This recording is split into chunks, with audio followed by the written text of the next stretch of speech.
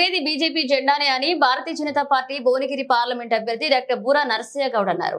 సోమవారం నాడు రామన్నపేట మండలంలోని ఇంద్రపాల్ నగరం, బోగారం, సిరిపురం, రామన్నపేట పట్టణ కేంద్రంలో గడప గడపకు ప్రచారాన్ని నిర్వహించారు. అంతకుముందు తుమ్మలగూడెంలోని ఈదమ్మ దేవాలయంలో ప్రత్యేక పూజలు నిర్వహించి ప్రచార కార్యక్రమాన్ని చేపట్టారు. అనంతరం నిర్వహించిన విలేకరుల సమావేశంలో మాట్లాడారు.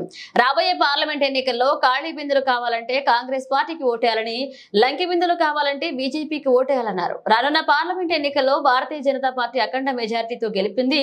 మూడవసారి నరేంద్ర మోదీ ప్రధానమంత్రి అవుతారని, బీజేపీ అధికారంలోకి వస్తుందన్నారు. గడిచిన 10 సంవత్సరాల్లో నరేంద్ర మోదీ ప్రభుత్వం అవినీతి అక్రమాలకు తావివ్వకుండా మచ్చలేని ప్రభుత్వంగా పేరు తెచ్చుకుందన్నారు. దేశం మొత్తం మోదీ ప్రధానమంత్రి కావాలని కోరుకుంటున్నారని అన్నారు. సామాజిక సంక్షేమ అభివృద్ధి కార్యక్రమాల్లో గత 4-5 దశాబ్దాలుగా జరిగినటువంటి పనులను కేవలం 10 సంవత్సరాల్లో చేసి చూపించిన ఘనత నరేంద్ర మోదీదన్నారు. ఇక దేశంలో డిజిటల్ పేమెంట్స్ తీసుకొచ్చిన ఘనత మోదీకి దక్కిందన్నారు. ఆర్థిక అభివృద్ధిలో భారతదేశాన్ని 11వ స్థానం నుంచి 5వ స్థానానికి పెంచారన్నారు. 5,000 కిలోమీటర్ల జాతీయ రహదారులను బీజేపీ ప్రభుత్వం వచ్చిన తర్వాత నిర్మించామని, ప్రభుత్వ ఆసుపత్రులలో ఇంద్రధనస్సు కార్యక్రమం కింద ప్రతి టీకాను కేంద్ర ప్రభుత్వం ఇస్తుందన్నారు. 80 లక్షల మందికి ఉచిత బియ్యం ఇస్తున్నామని అన్నారు. మీడియా మిత్రులందరికీ ధన్యవాదాలు. ముఖ్యంగా పార్లమెంట్ ఎన్నికల సందర్భంగా ఈరోజు రామన్నపేట మండలంలోని ఇంద్రపాల్ నగర్, బోగారం, రామన్నపేట, సిరిపురం ఈ గ్రామాన్ని ప్రచారం చేయడం జరుగుతుంది. ఎక్కడ చూసినా కూడా ఢిల్లీలో మోడీ, భువనగిరిలో బూరా అనే భావన వ్యక్తమవుతుంది.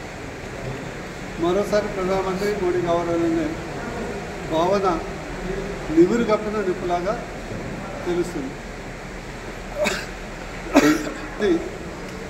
రాజకీయ అజ్ఞానులు ఒక ఎమ్మెల్యే లేడు, 6 ఎమ్మెల్యేలు కాంగ్రెసే, బీజేపీ ఎట్లా గెలుస్తుందని వాదన ముందుకు తీసుకొస్తున్నారు.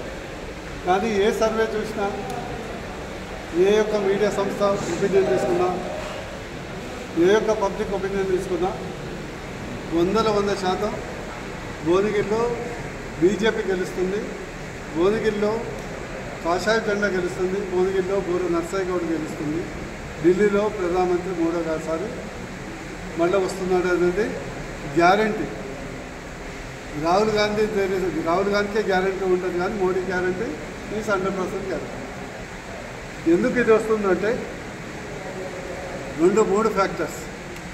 ఒకటి, మోడీ గారు మన 10 సంవత్సరాల్లో జరిగినటువంటి దేశం, ధర్మం, డెవలప్మెంట్, సంక్షేమాన్ని, అభివృద్ధిని సమపాల్లో తీసుకెళ్ళారు.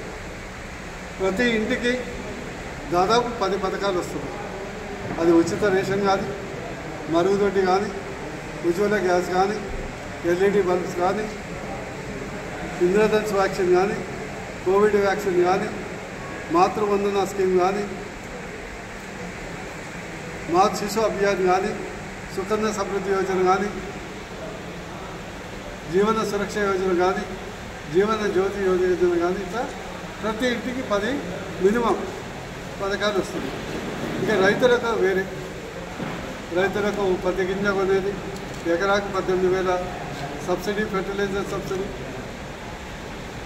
ఫసల్ బీమా యోజన, ఇవన్నీ వస్తుంది. సహకరించండి. మీ యొక్క పుణ్యం అంటూ కాంగ్రెస్ ప్రభుత్వం నడిచింది, మిమ్మల్ని పట్టించుకోలే. ఎన్నికల తర్వాత దయచేసి మోసపోకండి, మోసపోతే మోసపోతారు. ఇది నిజంగా అంటే నాకు అంత తెలిసి చెప్తున్నా. ఏదో ఒక ఏమంటారు తెలుగులో సామెత ఉంది, పెద్ద మీద నుంచి పొయ్యిలో పడ్డట్టుంది. ఇంతవరకు కాంగ్రెస్ పార్టీని భుజాల మీద మోసి ₹1 ఇవ్వకుండా పెట్టిన media channels, TV channels, YouTube channels, ఈ పేపర్లను కనీసం పిలిచి ఒక ఛాయ్ కూడా దాటేయాలి. మీ మనసులో ఉందని నేను చెప్తున్నా. దయచేసి ఆ తప్పు చేయకండి, బీజేపీని గెలిపించండి. ఖచ్చితంగా న్యాయం చేసే బాధ్యత బూరా నరసయ్య గౌడ్, మీ ఆత్మీయ బంధువు చేస్తారు. Thank you. చేస్తే అన్ని పార్టీలకు అతీతంగా మన ప్రాంతం డెవలప్ అవుతుంది. అందుకొరకు మా యొక్క ఓటర్లందరూ, ప్రత్యేకించి రాజకీయ అవగాహన ఉన్నవాళ్ళు, ప్రత్యేకించి Congress and cadre and BRS cadre నన్ను ఆల్ పార్టీ క్యాండిడేట్గా చూడండి, ప్రతి ఊర్లో తీర్మానం చేయండి, మీకు న్యాయం చేయటం నా యొక్క జీవిత లక్ష్యం అని తెలియజేస్తుంది. ఇకపోతే కొత్తగా నిన్న రాహుల్ గాంధీ ఒక మేనిఫెస్టో, అది మేనిఫెస్టో అనాలన్నా real estate bogus real estate company brochure అనాలన్నా మాకు తెలియట్లేదు. Bogus real estate company marketing చేసుకునే బ్రోషర్ అలీబాబా చాలీస్ చోప్ అని ఖచ్చితంగా చెప్పొచ్చు. నేను మేనిఫెస్టో పెట్టమంటే పాంచ్ న్యాయ ఏందిరాబాయ్, అది పాంచ్ న్యాయ కాదు, పాంచ్ అన్యాయ. ఇవ్వడం నిజంగా మా మోడీ గారి మా బీజేపీ పాంచ్ న్యాయ చెప్పమంటారా? కూడు, గూడు, విద్య, వైద్యం, ఉపాధి, అది రియల్ నిజమైనటువంటి పంచన్యాయం. అందుకొరకు దయచేసి 6 గ్యారెంటీలని అభయస్తమని భస్మాసుర వస్తాయి. కళ్ళబొల్లి వర్తకు మోసపోకండి. ఎట్లా మోడీ గారు మూడోసారి ప్రధానమంత్రి అవుతాడు. ఇప్పటికే వచ్చిన లెక్కల ప్రకారం యూపీ క్లీన్ స్వీప్,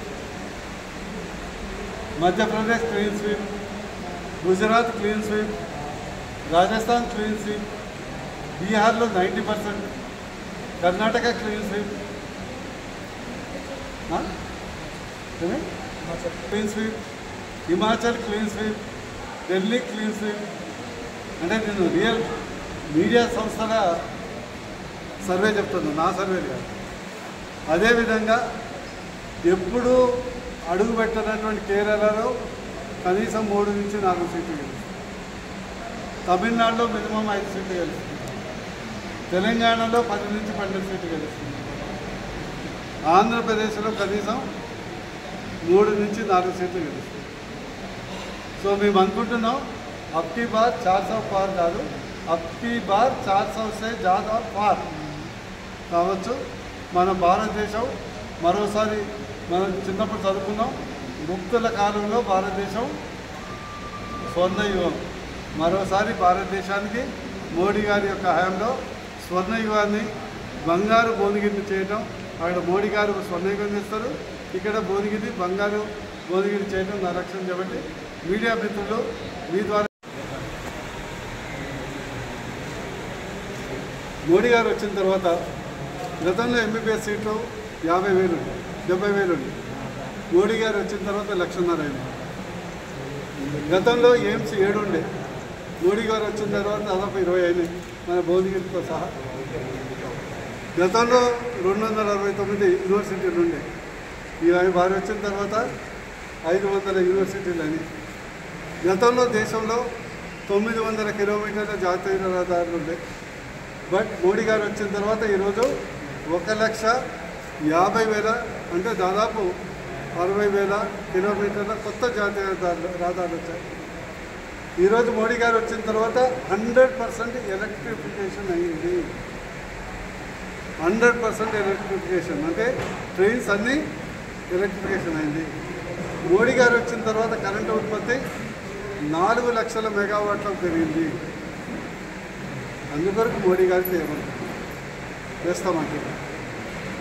ఇకపోతే ఎంతో శతాబ్దాలుగా పెండింగ్ ఉన్నటువంటి రామాలయం నిర్మాణం అయింది. ఆర్టికల్ 370 రద్దయింది, ట్రిపుల్ తలాక్ రద్దయింది. అద్భుతమైనటువంటి రామాలయం నిర్మాణం అయింది. దుబాయ్ లాంటి ముస్లిం దేశాల్లో కూడా హిందూ దేవాలయాలు అద్భుతంగా వెలుస్తున్నాయి. ప్రాచీనమైనటువంటి యోగా ఈరోజు ప్రపంచ యోగా దినోత్సవమైంది.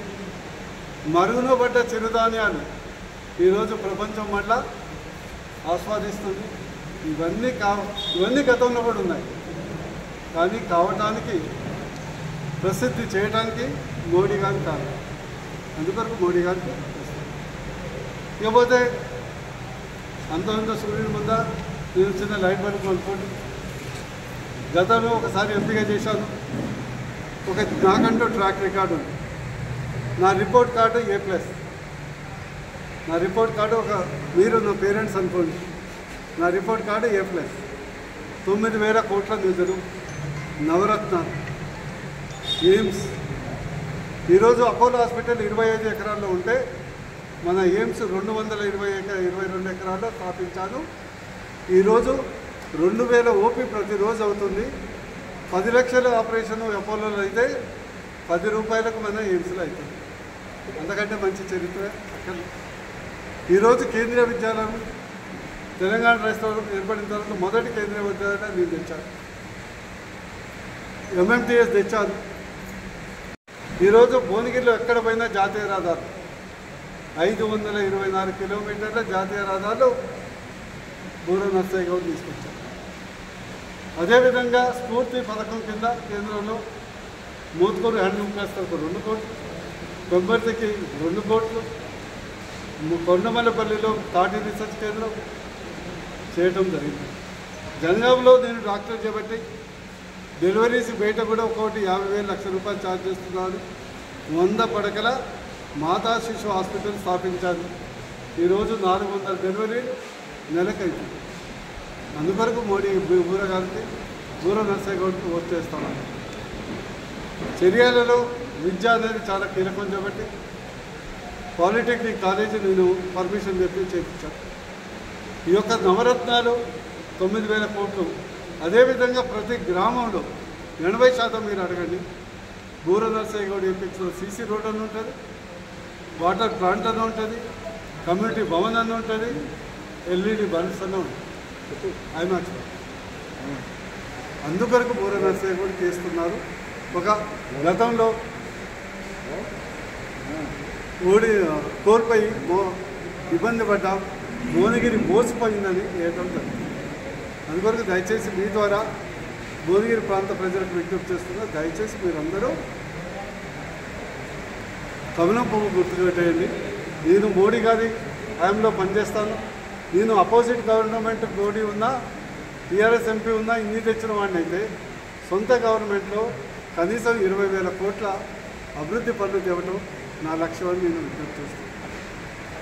అభివృద్ధి కావాలంటే బూర నర్సయ్య గౌడ్కి వేయండి, మోడీకి వేయండి. సొల్లు కవర్లు కావాలంటే, అవినీతి కావాలంటే, కులతత్వం కావాలంటే, మతతత్వం కావాలంటే కాంగ్రెస్కి ఓటేయండి. ఇక బీఆర్ఎస్కి అయితే గల్లీ లేదు, ఢిల్లీ లేదు. అందుకొరకు వేసే ప్రతి ఓటు మురిగిపోతుంది. ప్రత్యేకించి నా సహచర టీఆర్ఎస్ పదవి రాలేదు. టీఆర్ఎస్ మిత్రులకు మీరు నా యొక్క వ్యక్తిత్వం తెలుసు, నా యొక్క పనితనం తెలుసు. కాంగ్రెస్ క్యాడర్ని కూడా విజ్ఞప్తి చేస్తున్నా. కాంగ్రెస్ ప్రభుత్వం వచ్చింది, మీ దగ్గర ఖాళీ కుండలు. నేను అనలే, ముఖ్యమంత్రికి రేవంత్ రెడ్డి అన్నాడు. మన ప్రాంతానికి లంక బిందెలు కావాలంటే కమలం పువ్వుకు ఓటేయండి. ఆ లంక బిందెలు నేను ఏం చేస్తే కాంగ్రెస్కి వర్తిస్తుంది, టీఆర్ఎస్ వర్తిస్తుంది, కామన్ పీపుల్కి ఏ